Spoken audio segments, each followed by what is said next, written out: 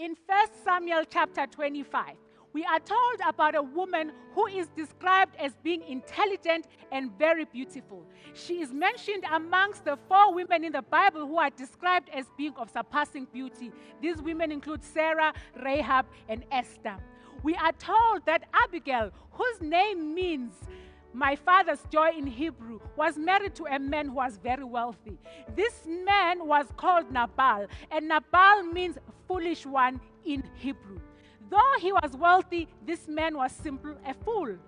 We are told that when David sent his men to ask for help in terms of provisions, Nabal sent his men away and asking them in verse 10 saying, "Who is this David?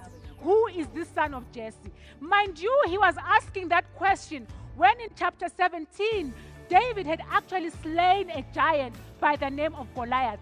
Who in all Israel would have not known who Jesse was? What arrogance this man had. However, because he had a wife who was clever, who was wise, and who was intelligent, she quickly made sure that she addresses this calamity. She quickly short-circuited what could have been a disastrous outcome. We are told in verse 18 that Abigail gathered all she could gather and got 2 donkeys to carry provisions for David and his men, and off she went. This characteristic tells us that if you're an overcomer, you must learn to have a sense of agency. If you do not have a sense of agency, you might find yourself in trouble. I'd like to speak to the woman today who has a Nabal as a husband. I'd like to speak to a woman today who has been just given a doctor's report telling her that she has cancer. She can't give birth. I'm speaking to a woman who has lost her income. I am saying to you, act swiftly, make haste, fight on your knees. Do not throw a pity party. Let us not be made to feel fearful whenever calamity is facing us. That is what an overcomer does. That is what Abigail understood, that in times of calamity, you act with speed, just as we are told in verse 18 of chapter 25.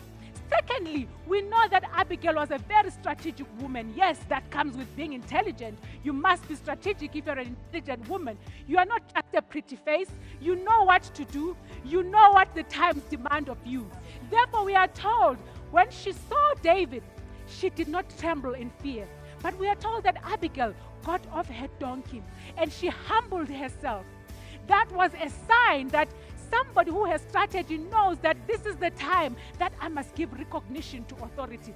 This is the time that I must apply a tactic of having humility so that I can be sympathized with. She knew she needed sympathy from David. That is why she went down on her knees. Thirdly, we are told that she apologized. She stood in the gap for her husband, her very foolish husband, who recklessly sent away David's men when they came with a message from the soon-to-be anointed king. She then apologized to David and said, "Do not mind what my husband has done, but with these provisions, please accept our apology." Lastly, we see that she's a very bold woman. Even though she has apologized, she makes her point clear. She states her case because we hear her saying, "Please hear what your servant has to say."